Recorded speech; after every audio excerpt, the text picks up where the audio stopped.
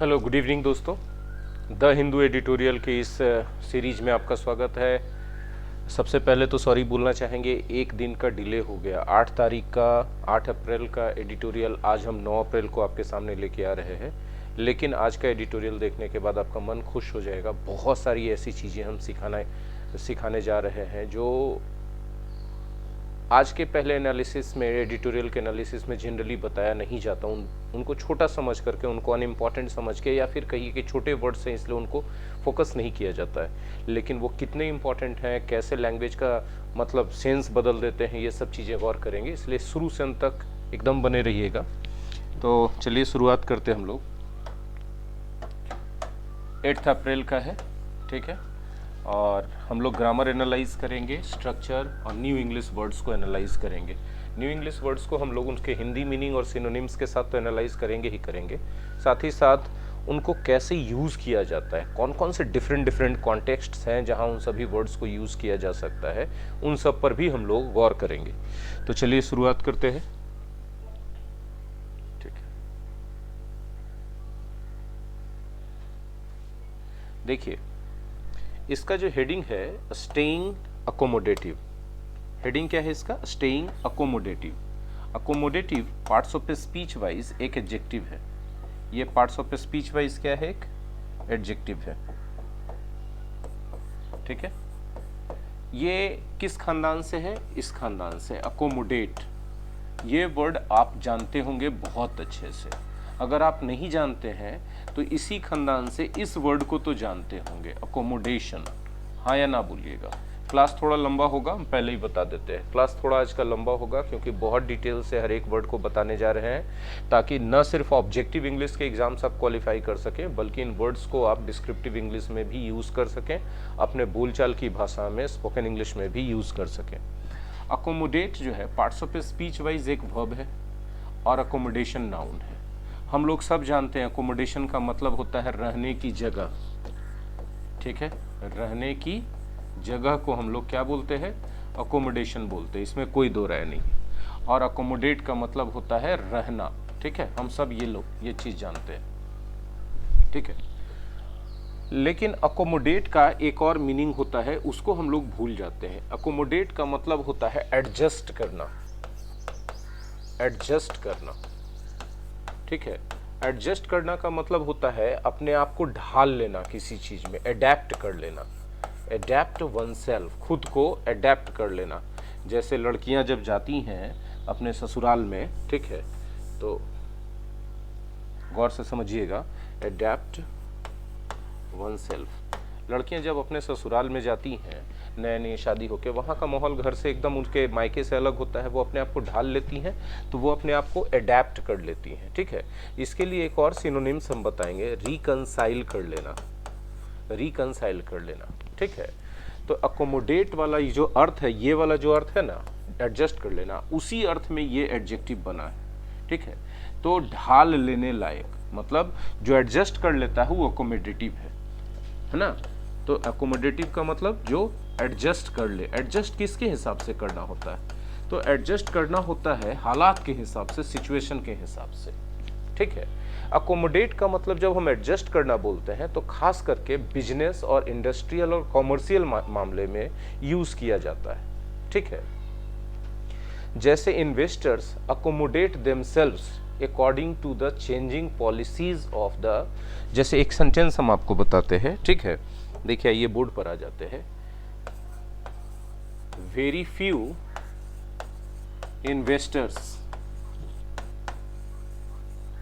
accommodate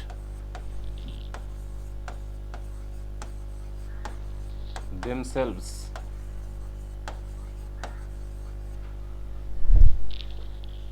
to the changing policies of a company, ठीक है। बहुत कम ऐसे इन्वेस्टर्स होते हैं जो अपने आप को ढाल लेते हैं, एडजस्ट कर लेते हैं किसी कंपनी के चेंजिंग पॉलिसीज के अनुसार। ज़्यादातर इन्वेस्टर्स क्या होता है ना, कंपनी अपनी पॉलिसी चेंज करती है, बस अपना पैसा वापस निकाल लेते हैं, भैया हमको नहीं काम करना है, हमको नहीं इन्वेस्ट करना है, हमको प्रॉफिट नहीं होगा, ऐसा सोच के, है ना। तो अकोमोडेट जो है उसी जगह से आया है, अकोमोडेटिव। क्लियर है? तो जो एडजस्ट कर लेता है वही अकोमोडेटिव है।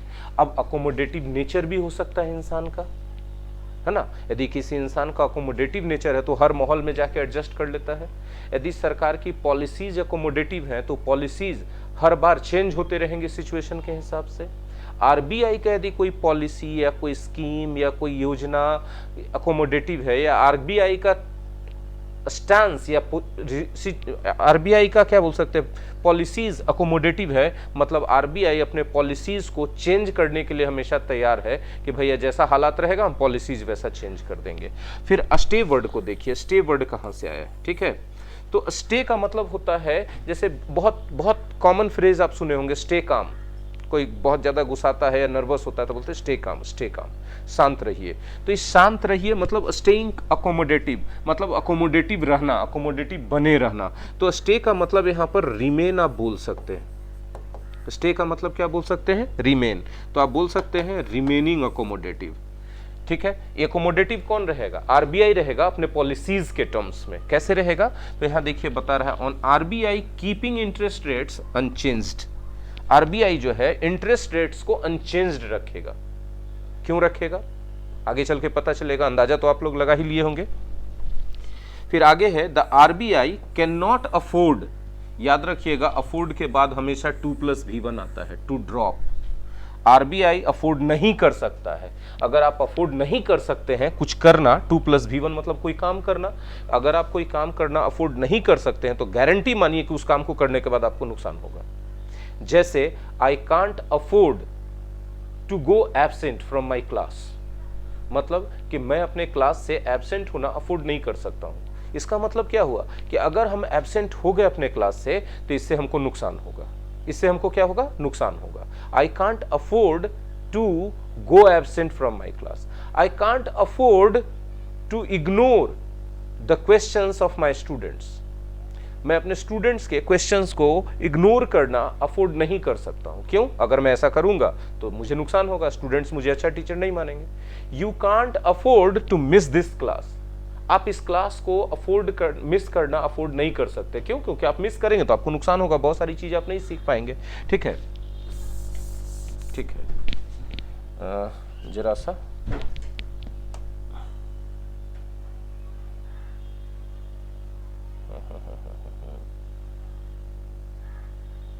ठीक है, चलिए बाद में देखा जाएगा।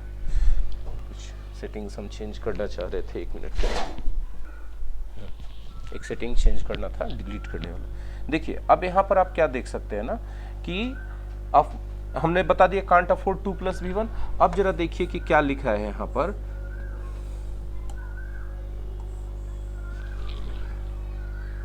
To drop its guard.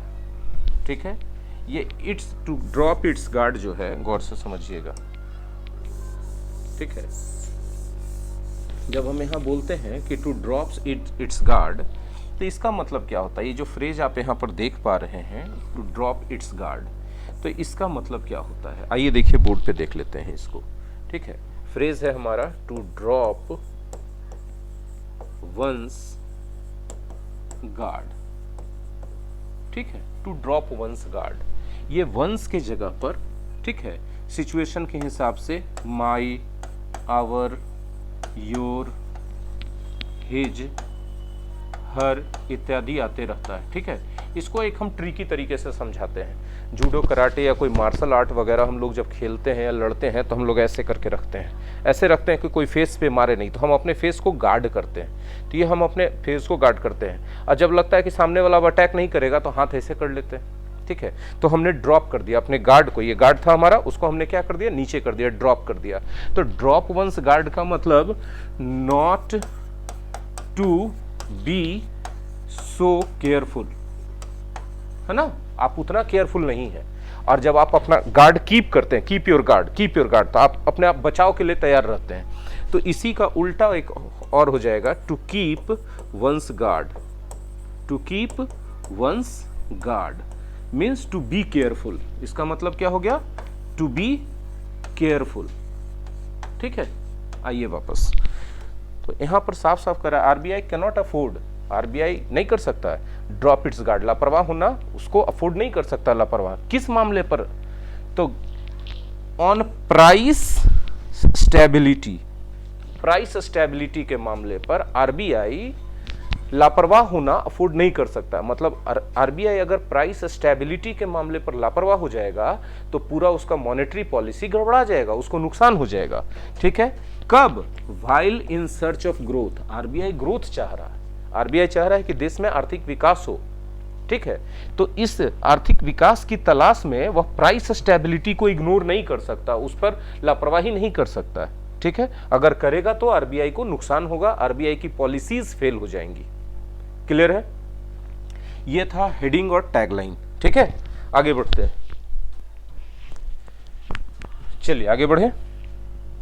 ठीक है, हमारा अगला सेंटेंस, ठीक है, गौर से देखिएगा। कहा जा रहा है armed with a renewed mandate to contain inflation. ठीक है, देखिएगा जो जो हम लेते रहेंगे वो आपको दिखाते रहेंगे। Contain, armed with, armed with, हाँ ठीक है, ये क्या दिक्कत है भाई, है ना? Armed with a renewed maintain to contain inflation within a 2 percentage point range of the target 4% and mindful of the pandemic's latest wave, the RBI's monetary policy committee has opted to reaffirm its growth supportive accommodative stance. ठीक है, opted to reaffirm its growth supportive accommodative stance and keep interest rates unchanged। भैया हमने पढ़ दिया, आपको पता नहीं समझ में आया कि नहीं आया, अब हम समझाते हैं इसको। ठीक है, आर्म्ड विथ, आप आर्म्ड विथ हैं कोई चीज से, देखिए हम फिर से बोल रहे हैं यहां पर, एक गौर से समझिएगा। Armed with something, armed with something, armed with something. ठीक है, तो आप समथिंग से लेस हैं, आप क्या हैं? समथिंग से लेस हैं, मतलब वो समथिंग आपके पास है जिसको आप हथियार के रूप में, पावर के रूप में यूज कर सकते हो।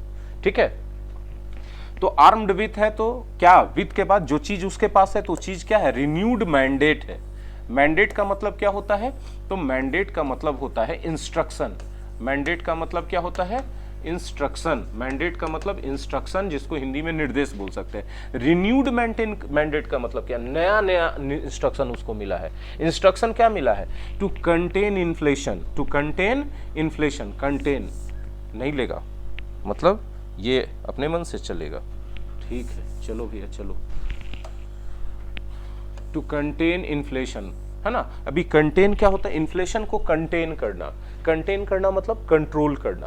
देखिए कंटेन हम लोग बहुत सारी चीजों को करते हैं। कंटेन वन सेल्फ बोल रहे हैं कि ही कंटेन्ड हिमसेल्फ, मतलब उसने अपने भावनाओं पर नियंत्रण रखा, उसने अपने भावनाओं को कंट्रोल किया।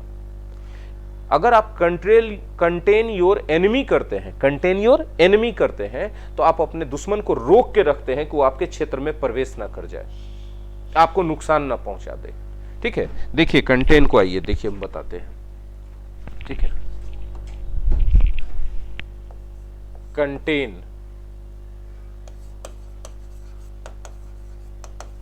वन सेल्फ, मतलब अपने भावनाओं को कंट्रोल करना। ठीक है, कंट्रोल करना। ठीक है, खाली इसका देखते जाइएगा, हर जगह इसका जो कंटेन का यूजेस बहुत है, लेकिन हर जगह जो सेंस आएगा ना वो कंट्रोल करना का सेंस होगा। फिर एक बताते हैं कंटेन इमोशंस भी। कंटेन इमोशंस या सेंटिमेंट्स, मतलब भावनाओं को कंट्रोल करना। Contain once enemies, contain once, यहां पर वंस के जगह my, our, your, his, her कुछ भी हो सकता है। वंस एनिमीज, अपने दुश्मनों को रोक के रखना, कंट्रोल करना, ताकि वो आपको कोई नुकसान ना पहुंचा दे, आपके सीमा में, आपके क्षेत्र में घुस ना जाए, हमला ना कर दे। ठीक है, और कंटेन वायरस, ठीक है, contain the spread of a disease, spread of a disease, हाँ या ना, contain the inflation, contain a virus होना चाहिए, कंटेन द इन्फ्लेशन मतलब महंगाई को रोक के रखना। तो ये सब कंटेन के यूजेस हैं जो हमने आपको सिखाए, इतने तरीके से यूज किए जा सकते हैं, ठीक है, कंटेन। और इस सब जब में अर्थ वही आ रहा है, कंट्रोल कर लेना, कंट्रोल कर लेना अपने आप को, ठीक है। आइए वापस, तो आरबीआई को एक नया इंस्ट्रक्शन दे दिया गया है कि आप कंटेन कीजिए इन्फ्लेशन को।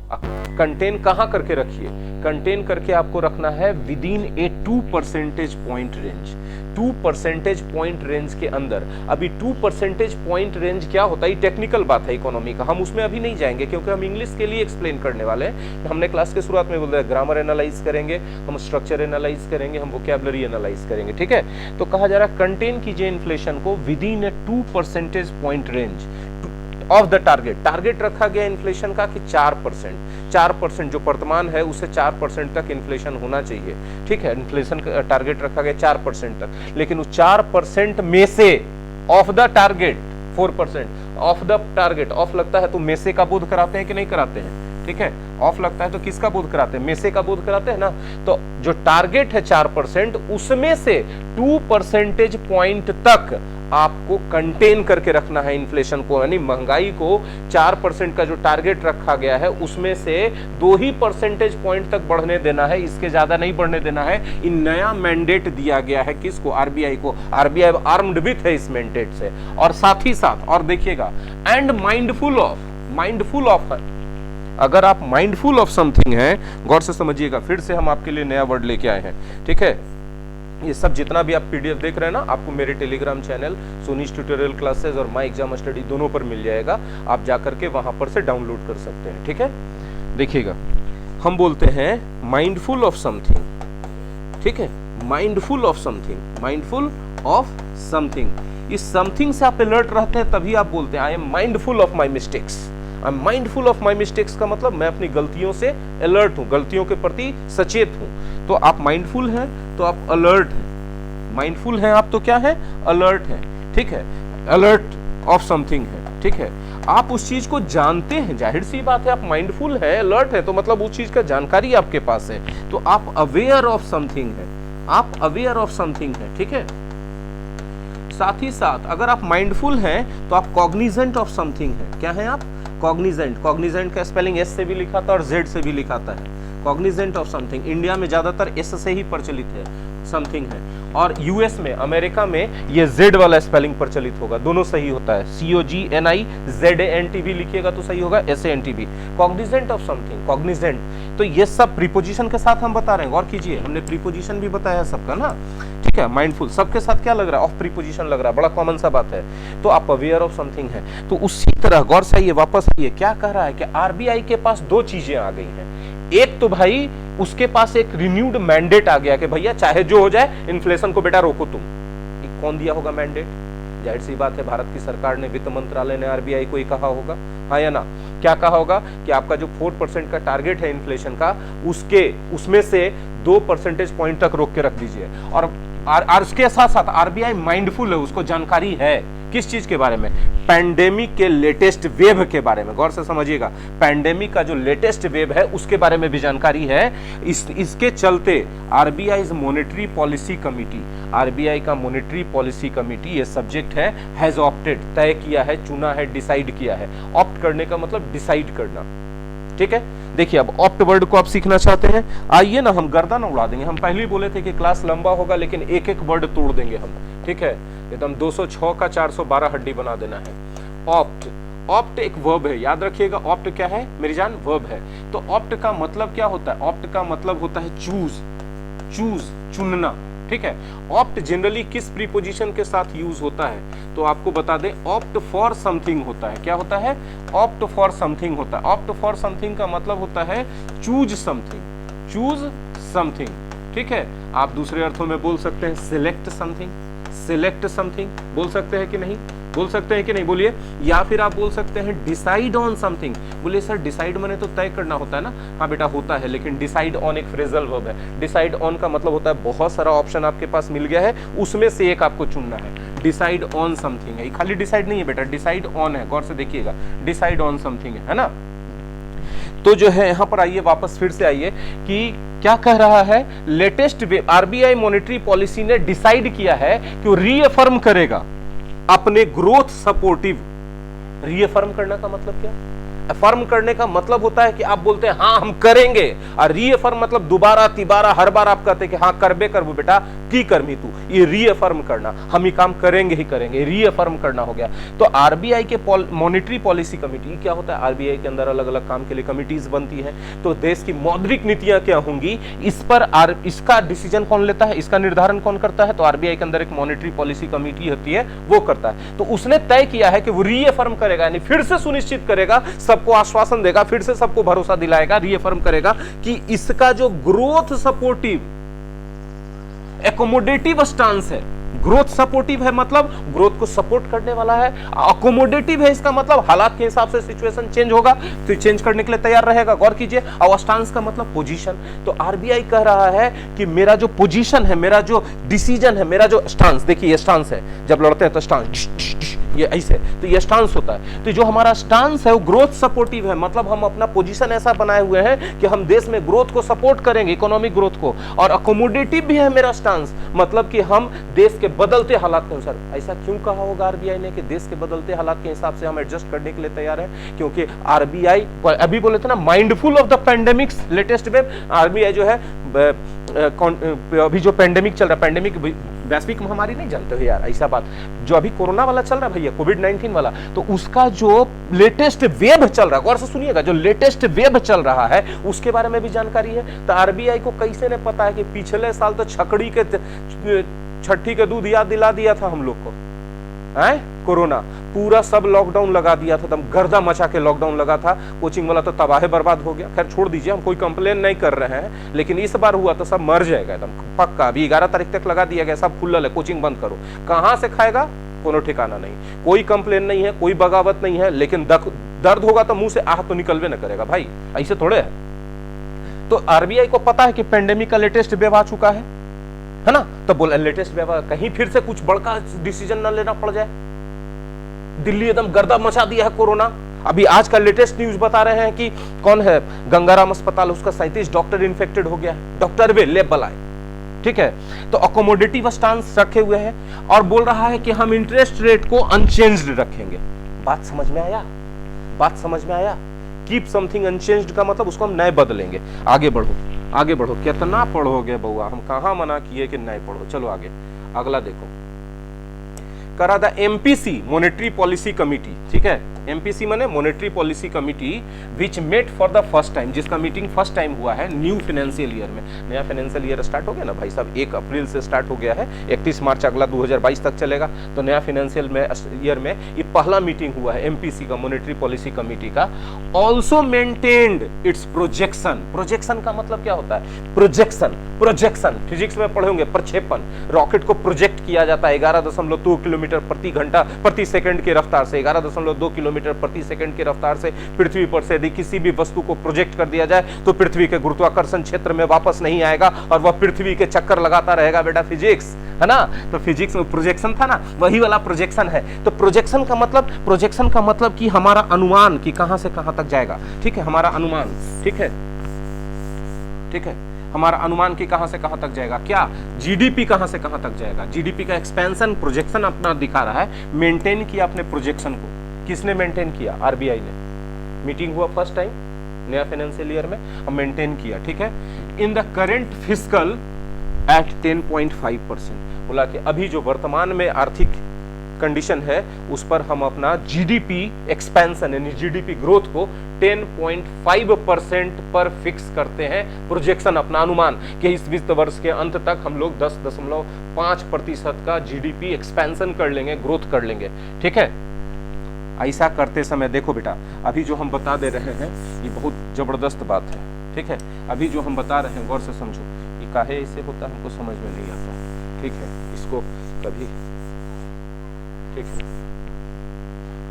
देखिएगा जो हम बताना चाह रहे हैं, यहाँ पर एक वर्ड हम बताना चाह रहे हैं, नॉट विद स्टैंडिंग, ठीक है, नॉट विद स्टैंडिंग, फिर से देखिए, ठीक है, कहता है एमपीसी पहला बार मिला साल फाइनेंशियल ईयर में, और एमपीसी ने क्या कर दिया भैया, एमपीसी ने कहा कि हमारा प्रोजेक्शन जो है, हमारा अनुमान है जीडीपी एक्सपेंशन के लिए अभी करंट वित्तीय वर्ष में 10.5% का, notwithstanding the risk to the forecast, ठीक है, from the current upsurge, upsurge का मतलब इंक्रीज, अपसर्ज का मतलब increase in novel coronavirus cases and associated localised lockdowns, localised lockdowns का मतलब स्थानीय स्तर पर होने वाले लॉकडाउन। देखिए लॉकडाउन पूरा देश में नहीं लगाया जा रहा है, तो हर क्षेत्र में नहीं लगाया जा रहा है, जैसे बिहार शरीफ में लगा दिया गया कोचिंग स्कूल पर, है ना, कोचिंग वाला को लॉकडाउन कर दिया कि नहीं चलाओ कोचिंग, ठीक है, वहाँ कोरोना फैल जाएगा, अच्छा बात है, ठीक है। तो कोरोना वायरस केसेस का जो है अपसर्ज हो रहा है और उससे रिलेटेड लोकलाइज्ड लॉकडाउन्स है, ठीक है। अब गौर कीजिएगा, यहां पर पूरा सेंटेंस हम बोलना चाहेंगे, ये कहानी ले रहा है भैया, ठीक तो है,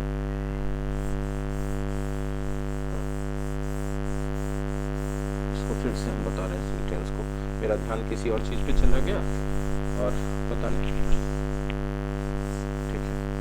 तो यहाँ पर जो बात कहा जा रहा है उसको समझिए, एमपीसी, ठीक है, एमपीसी जिसका मीटिंग पहली बार हुआ है इस नया फाइनेंशियल ईयर में, उसने अपने प्रोजेक्शन को, अपने अनुमान को भी व्यक्त किया है, मेंटेन किया है, मतलब एक्सप्रेस किया है, बताया है कि जीडीपी के में, उस जीडीपी एक्सपेंशन में उसका अनुमान क्या है कि करंट फिस्कल ईयर में 10.5% का, किसके बावजूद उसने भविष्यवाणी कर दिया, उसको खतरा था, रिस्क टू द फॉरकास्ट, उसके इस भविष्यवाणी के लिए प्रोजेक्शन क्या है, प्रेडिक्शन एक तरह का, आप अनुमान लगा रहे हैं, आप होने से पहले उसका बता रहे हैं कि यहाँ तक जाएगा मेरा, तो आप प्रिडिक्ट कर रहे हैं, तो प्रोजेक्शन एक तरह का क्या है, प्रोजेक्शन यदि आप बोलते हैं तो प्रोजेक्शन एक प्रकार का अनुमान है, projection parts of speech wise तो नाउन है ना, और नाउन है तो आप याद रखिए कि इसको हिंदी में क्या बोलिएगा, अनुमान बोलिएगा।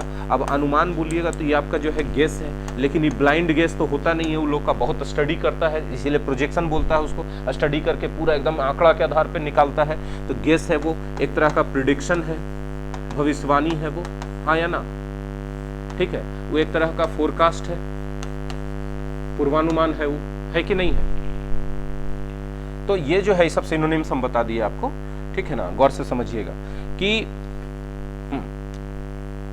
तो उसके फोरकास्ट को खतरा है, रिस्क टू समथिंग, देखिएगा ये भी एक तो सीखने का चीज है। देखिए आप जानते हैं कि रिस्क ऑफ समथिंग होता है, आप जनरली जानते हैं रिस्क ऑफ समथिंग मतलब समथिंग से खतरा है, आपको समथिंग से खतरा है, ठीक है। लेकिन जब रिस्क टू समथिंग बोलते हैं तो मामला बदल जाता है, क्या बदल जाता है, समथिंग के लिए खतरा है, समथिंग के लिए खतरा है, ठीक है। इसका मतलब क्या होता है समझिएगा, हम बता रहे हैं, एक एग्जांपल से समझाते हैं। Smoking is a risk to the lungs, smoking is a risk, smoking एक खतरा है, किसके लिए खतरा है, टू द लंग्स, फेफड़ों के लिए, किसके लिए खतरा है, फेफड़ों के लिए खतरा है, गौर से समझिए, स्मोकिंग एक खतरा है, किसके लिए खतरा है भाई साहब, फेफड़ों के लिए खतरा है, सब चीज के लिए खतरा नहीं है, फेफड़ों के लिए। तो जिस चीज के लिए खतरा उत्पन्न होगा टू के बाद वो आएगा, और जिस चीज से खतरा उत्पन्न होगा वो ऑफ के बाद आएगा, रिस्क तो रिस्क ही रहेगा। आई दोनों स्थिति में रिस्क जो है याद रखिएगा कि नाउन के रूप में यूज किया जा रहा है, रिस्क किस रूप में यूज किया जा रहा है, नाउन, और रिस्क यदि वर्ब के रूप में रहेगा तो कोई प्रीपोजिशन नहीं रहेगा। You should not risk, should not risk your life, risk your life for anything, for anything, कोई भी चीज के लिए आपको अपना जीवन खतरे में नहीं डालना चाहिए।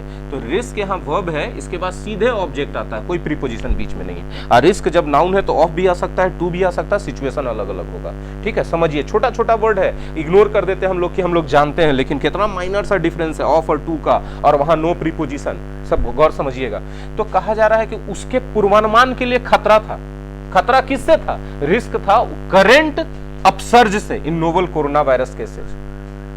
उसका पूर्वानुमान जो 10.5% उसने अभी बताया ना कि हम लोग जो है करंट फिस्कल में, मतलब वर्तमान वित्तीय वर्ष में प्रोजेक्शन हमारा है जीडीपी एक्सपेंशन के लिए, जीडीपी ग्रोथ के लिए 10.5%, ठीक है, तो क्या उसका गारंटी है कि हो जाएगा? कौन जान रहा है कि कोरोना कितना तेजी से फैल जाएगा? सरकार तो तय की है कि नहीं लगावेंगे लॉकडाउन, लेकिन फिर फैल गया तो तब बेटा इसका क्या हो जाएगा? इसको खतरा हो गया कि नहीं? 10.5% पहुंचेगा क्या? नहीं ना। तो इसका जो है खतरा के बावजूद, नॉट विद स्टैंडिंग तो अभी हम बताइए नहीं किया, अभी रुकिए ना, नॉट विद स्टैंडिंग बताएंगे तो ना। Not with standing the risk, खतरे के बावजूद, खतरा कौन चीज के लिए? उसके फोरकास्ट के लिए। किस चीज से?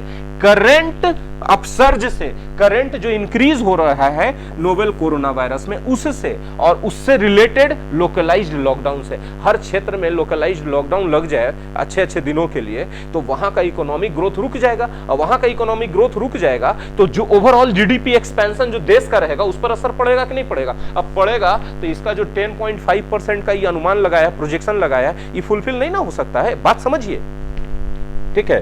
तो ये बात को आपको ध्यान में रखना। आगे बढ़े, चलिए। हाँ, फिर भी इतना डिटेल से बताने के बावजूद भी मेरा ये है कि आप कमेंट्स में पूछिएगा जहां दिक्कत होगा, ठीक है? एक्सप्लेनिंग द रेशनेल, रेशनेल क्या होता है भैया? ठीक है, ई बड़ा गंदा चीज है, ई जो आ जाता है ना सीधे हाईलाइटर वाला। रेशनेल का मतलब होता है लॉजिक, लेकिन क्या है ना कि रेशनेल के साथ आप फॉर लगाते हैं और लॉजिक बिहाइंड समथिंग होता है, लॉजिक बिहाइंड समथिंग, ठीक है? प्रीपोजिशन देखिए, लॉजिक बिहाइंड समथिंग और रेशनेल फॉर समथिंग, ठीक है ना? तो आप लॉजिक लिखते तो बिहाइंड लगाते। तो एक्सप्लेन करते हुए किस चीज को एक्सप्लेन किया? लॉजिक को। किस चीज के लॉजिक को? अपने पॉलिसी स्टांस के लॉजिक को। उसने पॉलिसी क्या रखा कि हम ग्रोथ सपोर्टिव रहेंगे, अकोमोडेटिव रहेंगे और अपने इंटरेस्ट रेट को नहीं बढ़ाएंगे। यदि आरबीआई इंटरेस्ट रेट नहीं बढ़ाएगी तो बाकी बैंक्स भी नहीं बढ़ाएगी, तो लोगों को आसानी से लोन मिल पाएगा। लोन मिल पाएगा तो लोग बिजनेस करने का गट्स उठा पाएंगे, हिम्मत उठा पाएंगे थोड़ा सा, है ना? तो जो उसका पॉलिसी स्टांस है उसका पीछे उन्होंने लॉजिक एक्सप्लेन करते हुए पॉलिसी, ये जो पॉलिसी का स्टांस कैसा है? बीइंग प्रिपेयर्ड, क्यों तैयार रहना है। तैयार किस लिए? कि स्टे अकोमोडेटिव, कि हम अकोमोडेटिव रह सके, ठीक है?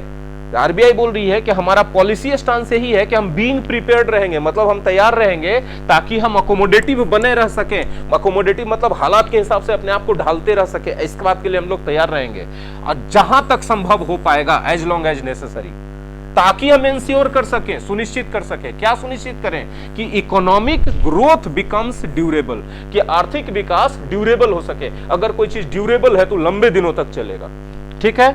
The committee was unambiguous. यदि आप अनएम्बिग्यूअस है तो इसका मतलब आपका क्लियर कट विजन है कि आपको करना क्या। एम्बिग्यूअस है तो आपको क्लियर कट मालूम नहीं है, और अनएम्बिग्यूअस है तो आपको क्लियर कट मालूम है कि आपको करना क्या। The committee was unambiguous, committee एकदम क्लियर कट थी कि that it's actions were born, इसका एक्शंस था नीड के चलते। देखिए, were born of the need, born of the need का मतलब होता है उस जरूरत के चलते। जरूरत क्या था? स्टे सपोर्टिव, सपोर्टिव रहने का। अभी जरूरत है कि आरबीआई, वित्त मंत्रालय देश का, ये सब सपोर्टिव रहे, स्टे सपोर्टिव रहे। किसके लिए? बिजनेसमैन के लिए, हर एक वर्ग के लिए, हर एक समुदाय के लिए। क्यों? क्योंकि साल भर का लॉकडाउन मार दिया सबको, सिंपली। तो सपोर्टिव रहने का जरूरत है। आरबीआई बोल रही है कि सपोर्टिव रहने का जरूरत है, और इसी कारण से हमने क्या लिया? इसी कारण से हमने क्या किया है? ये अपना स्टांस बनाया हुआ है। क्या पॉलिसी स्टांस है मेरा? कि प्रिपेयर्ड रहो अकोमोडेटिव रहने के लिए, मतलब चेंज के लिए प्रिपेयर्ड रहो। क्लियर है? किस समय सपोर्टिव रहना? एट ए टाइम, उस समय जब there was a real threat, कि एक वास्तविक खतरा है, था।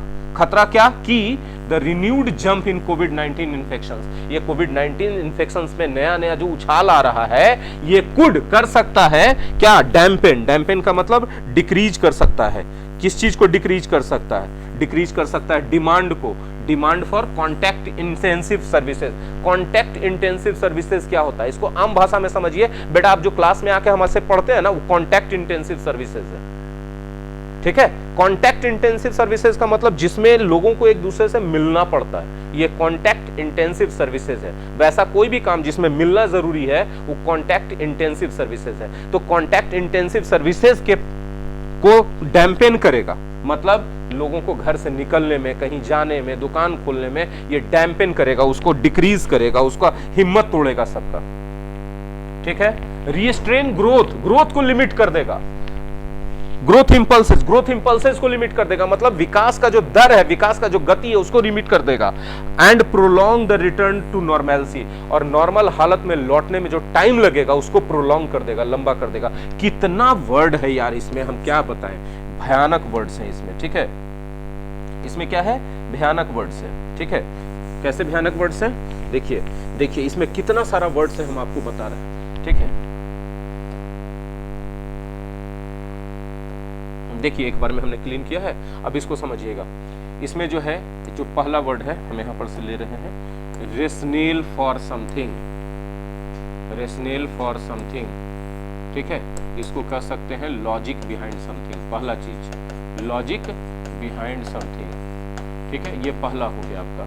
Being prepared to stay accommodative बताया, इंश्योर दैट, इंश्योर के साथ हमेशा दैट क्लाउज, इंश्योर मतलब सुनिश्चित करना, इंश्योर मतलब सुनिश्चित करना, सुनिश्चित करना,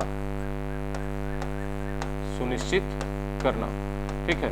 economic growth becomes durable, the committee was unambiguous, यदि वाज अनएम्बिगुअस है तो इसका मतलब है कि श्योर है, सर्टेन है, कॉन्फिडेंट है, ठीक है, कॉन्फिडेंट है कमिटी, ठीक है, इस बात को लेकर के यही करना है। That it's actions were born of, be born of, देखो ये वाला स्ट्रक्चर देखो, be born of, be born of something, मतलब आप कह सकते हो because of something, because of something, ठीक है। Need to stay supportive at a time when there was a real threat that the jump in could dampen, dampen का मतलब decrease, हिम्मत तोड़ देना, ठीक है। Demand for something, demand for something, demand for something का मतलब कोई चीज का मांग, हिंदी में का है लेकिन ऑफ नहीं लगाइएगा, डिमांड फॉर समथिंग लिखिएगा, ठीक है। Restrain growth impulses and prolong, prolong का मतलब होता है इंक्रीज द टाइम, ठीक है, समय बढ़ा देना, समय लंबा कर देना, समय लंबा कर देना, ठीक है, आया ना। चलिए आगे बढ़े, इतना सारा इस सब पीडीएफ के रूप में मिल जाएगा, घबराइए मत। That consumer confidence has dipped, consumer का कॉन्फिडेंस डिप हो गया है। कंज्यूमर का कॉन्फिडेंस डिप होने का मतलब क्या होता है, कंज्यूमर का कॉन्फिडेंस डिप होने का मतलब, डिप होने का मतलब डिप जाना, ऐसे नीचे जाना को डिप करना कहते हैं। तो डिप को आप डिक्रीज कर सकते हैं कि नहीं कर सकते, डिप को आप डिक्लाइन कह सकते हैं कि नहीं कर सकते, डिप को आप कह सकते हैं रिड्यूस कर सकते हैं कि नहीं कर सकते हैं। अभी इसी में से आप डैम्पेन बोलते तो डैम्पेन भी हो सकता था, लेकिन डैम्पेन का यूज बिल्कुल अलग तरीके से होगा, याद रखिएगा, डैम्पेन का यूज बिल्कुल अलग तरीके से होगा, ठीक है, डैम्पेन का यूज बिल्कुल अलग तरीके से होगा, ठीक है। डैम्पेन है ना, ये सब जो है इंक्रीज, डिप्ड जो है इंट्रांजिटिव वर्ब है। कैसा वर्ब है ये, इंट्रांजिटिव है, मतलब इसके बाद ऑब्जेक्ट नहीं आएगा, जो चीज घटेगा नीचे जाएगा वो खुद ही सब्जेक्ट बन जाएगा। कंज्यूमर कॉन्फिडेंस नीचे गया तो कंज्यूमर कॉन्फिडेंस खुद सब्जेक्ट बन गया, ये नहीं कि कंज्यूमर कॉन्फिडेंस है किसी चीज को डिप किया।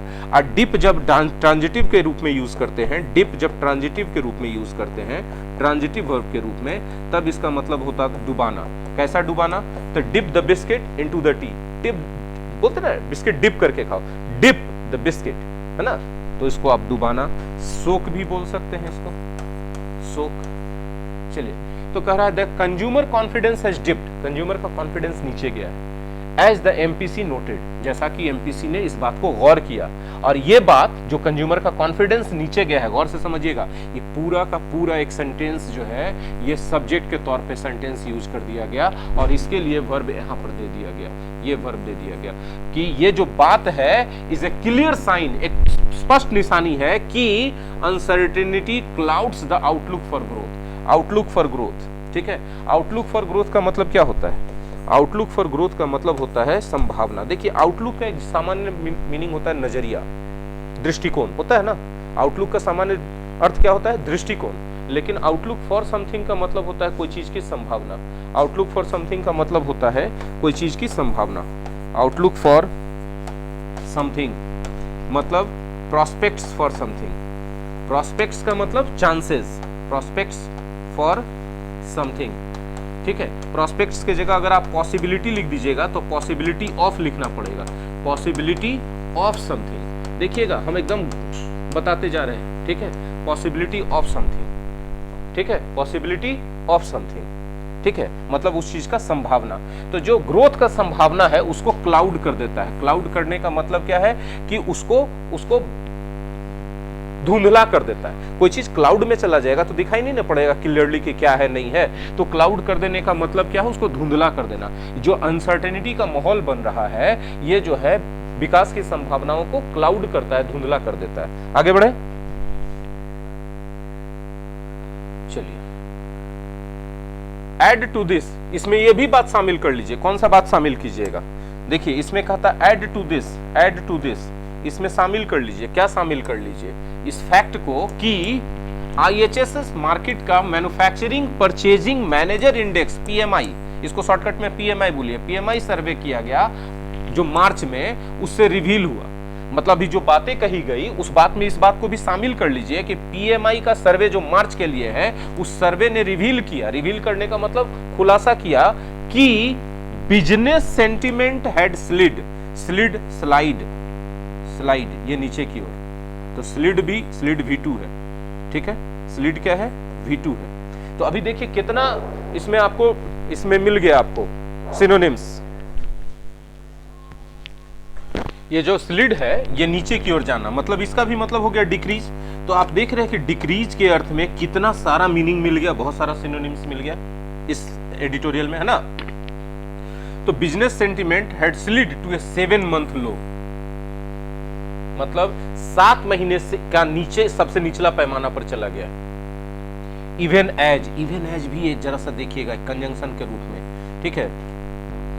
Eight the same time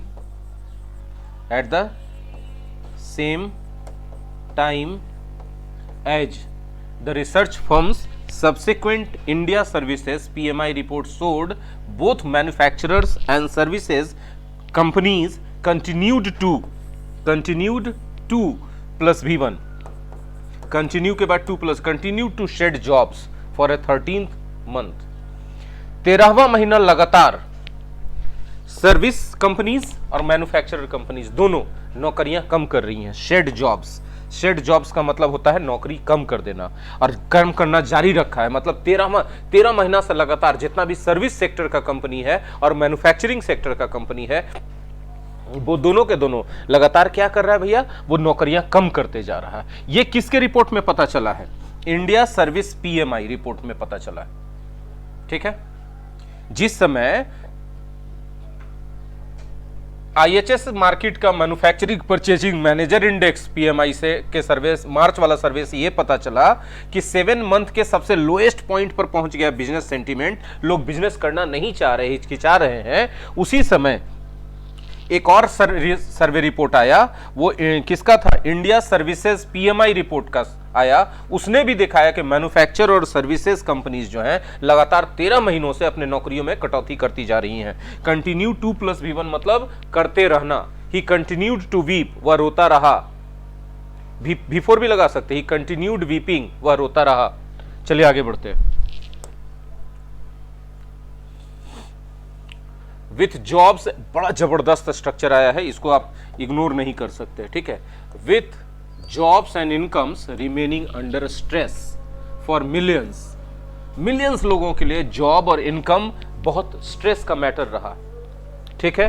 and uncertainty over the efficacy and safety of the vaccine के सेफ्टी और एफिकेसी मतलब अजान शुरू हो गया था इसीलिए थोड़ा सा हम पॉज कर दिए थे। अब गौर कीजिएगा, कहा जा रहा है एफिकेसी का क्या मतलब होता है, तो एफिकेसी का मतलब होता है इफेक्टिवनेस, ठीक है। तो इफेक्टिवनेस और सेफ्टी जो वैक्सीन का है उसके ऊपर अनसर्टेनिटी, ठीक है। Persisting even as authorities seek to, यहां देखिएगा सीक टू रैम्प अप, ठीक है। सीक के बाद 2 plus V1, सीक के बाद 2 plus V1 मतलब सीक के बाद 2 plus V1 आ रहा है। इसका मतलब ये काम करने, you seek to get a job means you try to get a job, ठीक है। I seek to teach you better English means I try to teach you better English every time, ठीक है। और रैंप अप का क्या मतलब होता है, रैंप अप का मतलब होता है इंक्रीज, रैंप अप का क्या मतलब होता है? इंक्रीज, है ना। इम्यूनाइजेशन ड्राइव को, इम्यूनाइजेशन मतलब टीकाकरण के अभियान को, ड्राइव मतलब अभियान को जहां एक और अथॉरिटीज तेज करने की कोशिश कर रहे हैं, उसी समय आपको वैक्सीन के सेफ्टी और एफिकेसी के ऊपर अनसर्टेनिटी है, ठीक है। और जॉब्स और इनकम्स अभी भी लाखों लोगों के लिए स्ट्रेस बना हुआ है, मतलब दबाव में है। अब देखिए, जब इस तरह से विथ से शुरू हो, गौर से समझिएगा, और विथ के बाद पूरा नाउन है, नाउन फ्रेज रहे, नाउन क्लाउज रहे, और V4 रहे, ठीक है ना, ये सब कुछ रहे। V4 विथ के साथ ऐसे देखिए, विथ के साथ V4 रहे या नाउन रहे, गौर से समझिएगा, और उसके बाद कॉमा से फिर पूरा सब्जेक्ट वर्ब ऑब्जेक्ट रहे, ऐसा रहे। तो ये जो विथ आपको दिख रहा है ना, ये विथ बिकॉज ऑफ के सेंस में यूज किया गया है, ये समझ लीजिए, बिकॉज ऑफ, ठीक है। तो दो कारण बता रहा है, जॉब और इनकम का अंडर स्ट्रेस रहना मिलियंस लोगों के लिए, लाखों लाख लोगों के लिए, और चूंकि सरकार कोशिश कर रही है कि इम्यूनाइजेशन का जो ड्राइव है, जो टीकाकरण का अभियान है, तीव्र कर दिया जाए, उसी समय उसके बावजूद भी उनके एफिकेसी और वैक्सीन के एफिकेसी और सेफ्टी पर अनसर्टेनिटी है। इन दो कारणों से इट इज हार्ड, ये मुश्किल है, टू फोरसी कंजम्पशन डिमांड रीबाउंडिंग, ठीक है। यह अनुमान लगा पाना कि कंजम्पशन डिमांड रिबाउंड करेगा। रिबाउंड करने का मतलब रिकवर करेगा, रिकवर करने का मतलब पहले जैसी स्थिति में पहुंच जाएगा। कब? जब प्री कोविड लेवल के बराबर, एनी टाइम सून, फ्यूचर में, नजदीक में, जल्दी फ्यूचर में जो कंजम्पशन डिमांड है वो रिकवर करके प्री कोविड लेवल तक पहुंच जाए, इस बात का पूर्वानुमान कर पाना हार्ड है, दो कारणों से। पहला तो कि मिलियंस पीपल का जॉब चला गया, उनका इनकम जो है कम हो गया है, और दूसरा कि सरकार कोशिश कर रही है कि वैक्सीनेशन तेज हो जाए, लेकिन इसके बावजूद वैक्सीन के सेफ्टी पर सवाल उठ रहे हैं और उनके इफिकेसी यानी इफेक्टिवनेस पर सवाल उठ रहे हैं कि वैक्सीन लगाने से कितना फायदा होगा, ठीक है। इन दो मुद्दों को ध्यान में रखते हुए यह अनुमान लगा पाना, पूर्वानुमान लगा पाना कि कंजम्पशन डिमांड बढ़ के प्री कोविड लेवल में नजदीक फ्यूचर में हो जाएगा, यह अनुमान लगा पाना मुश्किल है। चलिए आगे बढ़ते हैं, ठीक है।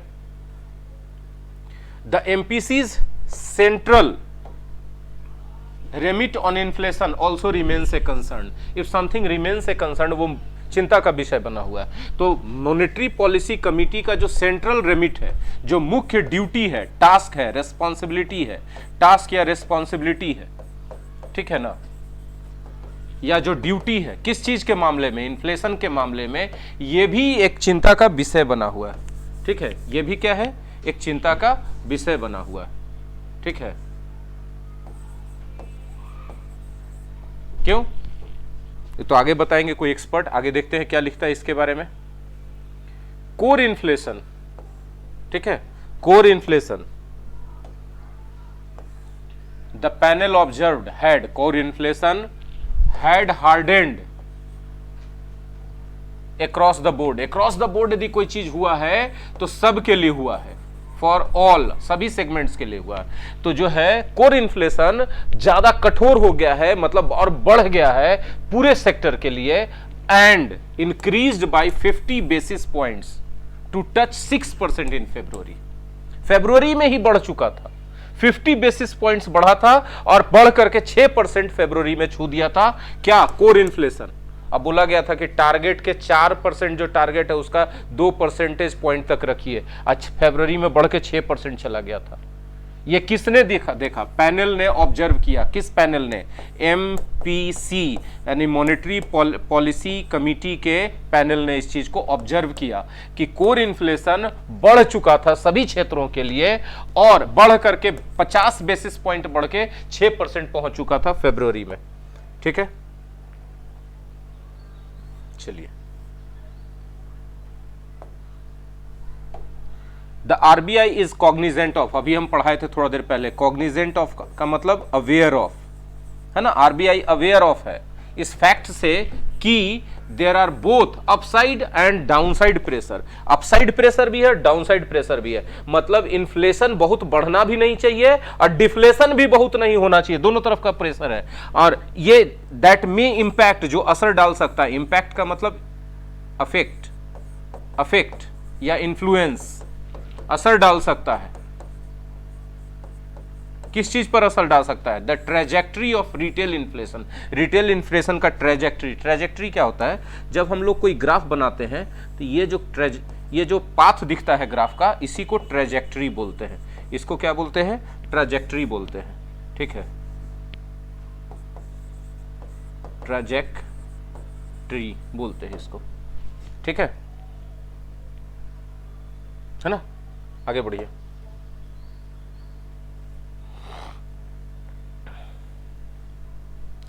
गवर्नर शांतिकांत दास हैज फ्लैग्ड मतलब इंडिकेटेड, फ्लैग्ड मतलब इंडिकेटेड। गवर्नर शांतिकांत दासा ने इंडिकेट किया है क्रिटिकल सिग्निफिकेंस को। अब जानते हैं ना कि सिग्निफिकेंस का मतलब होता है महत्व, लेकिन यहां महत्व नहीं होगा, यहां पर इसका असर इफेक्ट है ना, इसका अर्थ क्या होगा? इफेक्ट। क्रिटिकल इफेक्ट को that this year's monsoon rains will have, जो इस साल का मानसून का बरसात जो असर डालेगा किस पर? फूड प्राइसेस पर।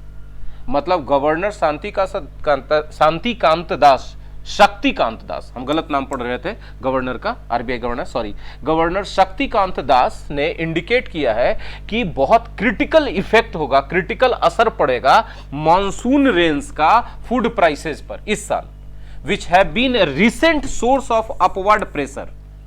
जो अभी जो फूड प्राइसेज रहा है, अपवर्ड प्रेशर का, महंगाई बढ़ने का, इन्फ्लेशन का एक रिसेंट सोर्स रहा है on price stability, upward pressure on price stability. ठीक है, प्राइस स्टेबिलिटी में जो अभी अपवर्ड प्रेशर का जो सबसे रिसेंट सोर्स था वो फूड प्राइसेस था, और उस पर किसका असर पड़ेगा? इस ईयर के मॉनसून रेंज का असर पड़ेगा। ठीक है, and both mister Das and the broader committee have stressed, mister Das, Shaktikanta Das, ठीक है, और ये जो कमिटी है उसने स्ट्रेस किया है, हाईलाइट किया है, इस बात पर जोर दिया है कि vital need for centre and states, कि बहुत जरूरी है, नीड फॉर समथिंग, कि बहुत जरूरत का चीज है, जरूरी है कि केंद्र सरकार और राज्य सरकारें इनिशिएट सम कोऑर्डिनेटेड एक्शन, कि कोई कोऑर्डिनेटेड, दोनों एक साथ मिलके तालमेल के साथ कुछ एक्शन ले, टू ईज, सहज करने के लिए टैक्स बर्डन को, लोगों के ऊपर जो टैक्स बर्डन है ऑन खास करके पेट्रोलियम प्रोडक्ट्स पर जो टैक्स बर्डन है उसको ईज करना। अगर आप किसी चीज को ईज करते हैं तो आप उसको रिलीव कर देते हैं। ठीक है, रिलीव समबडी फ्रॉम समथिंग बराबर ईज समथिंग। देखिए क्या फर्क है, रिलीव समबडी को करते हैं और ईज समथिंग को करते हैं। तो ईज किया जा रहा है टैक्स बर्डन को, ईज समथिंग, टैक्स बर्डन को ईज कर दिया, किस पर? टैक्स किस पर था? On somebody. समबडी के रूप में यहां कौन है भैया? तो समबडी के रूप में पेट्रोलियम प्रोडक्ट्स है। गिवन जब ऐसा रहे तो कंसीडरिंग का अर्थ आएगा। किस बात को ध्यान में रखते हुए? कंसीडरिंग मतलब ध्यान में रखते हुए, किस चीज को ध्यान में रखते हुए? रिपल इफेक्ट्स को, लहरी का प्रभाव। रिपल इफेक्ट्स क्या होता है? जब आप पानी में कंकड़ मारते हैं तो छोटी छोटी लहरियां उठती है और उस पे कहीं कुछ और सामान रहता है तो उसको भी बहा के लेके चल जाता है। तो रिपल इफेक्ट्स होगा जो सेकंड राउंड का, कि high cost of transport fuels have on over inflation. ठीक है, देखिए जाहिर सी बात है कि पेट्रोलियम प्रोडक्ट्स पे यदि टैक्स बर्डन है तो पेट्रोलियम प्रोडक्ट्स जितने भी फ्यूल्स है, पेट्रोलियम प्रोडक्ट्स है, उनका कॉस्ट बढ़ जाएगा, प्राइसेस बढ़ जाएगा, प्राइसेस बढ़ जाएगा तो हर चीज का दाम बढ़ जाएगा। ठीक है, देखते हैं सब्जी महंगा हो जाता है, सब बोलता है कि अरे भड़वे बहुत बढ़ गया, तो भड़वा बढ़ गया मतलब जो पेट्रोलियम कॉस्ट है, प्राइस है, वो बढ़ा है, तो जाहिर सी बात है उसका सब चीज पर असर पड़ेगा और ओवरऑल इन्फ्लेशन पर उसका असर पड़ जाएगा। ठीक है, high international commodity prices and logistics costs are also threatening. ठीक है, high international commodity price, commodity price का मतलब क्या होता है? वस्तुओं की कीमतें। ठीक है, वस्तुओं की कीमतें कमोडिटी प्राइस होता है। ठीक है, सोना चांदी सब कमोडिटी होता है। लॉजिस्टिक्स कॉस्ट, लॉजिस्टिक्स मतलब ट्रांसपोर्ट, चीजों को मंगाने का कॉस्ट, आर ऑल्सो थ्रेटनिंग, खतरा पैदा कर रहे हैं, to push up input costs. Push up मतलब इंक्रीज, है ना, इनपुट कॉस्ट को पुश अप करने में across the manufacturing and services sector, दोनों सेक्टर में। ठीक है, इनपुट कॉस्ट मतलब कोई प्रोडक्ट मैन्युफैक्चर करने में जो कॉस्ट लगता है और सर्विसेज प्रोवाइड करने में जो सेटअप लगाते हैं सर्विसेज प्रोवाइड करने के लिए। जैसे हम टीचिंग कर रहे हैं तो हम लोग को सेटअप लगाना पड़ता है, कोचिंग खोलिए, बोर्ड लगाइए, इंटरनेट का व्यवस्था कीजिए, कंप्यूटर का व्यवस्था कीजिए, ऐप लगाइए, वेबसाइट लगाइए, सबके लिए स्टाफ रखिए, स्टाफ का मेंटेनेंस खर्च कीजिए।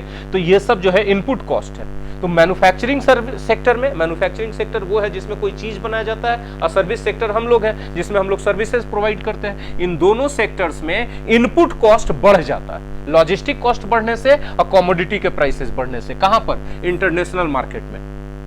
और इससे posing a real challenge, pose a challenge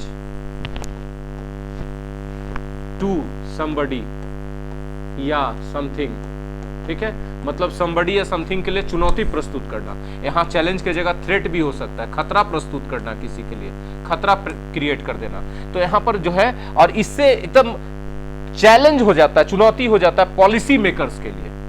जाहिर सी बात है, पॉलिसी मेकर्स को इतना दिमाग लगाना पड़ता है कि कैसे हम पॉलिसीज बनाएं कि सब चीजों के कॉस्ट ना बढ़े और पेट्रोलियम प्रोडक्ट के कॉस्ट को भी कंटेन कर सके, इन्फ्लेशन को कंटेन कर सके। Given that, considering that it is far harder to influence these variables. In variables को, वेरिएबल्स मतलब क्या?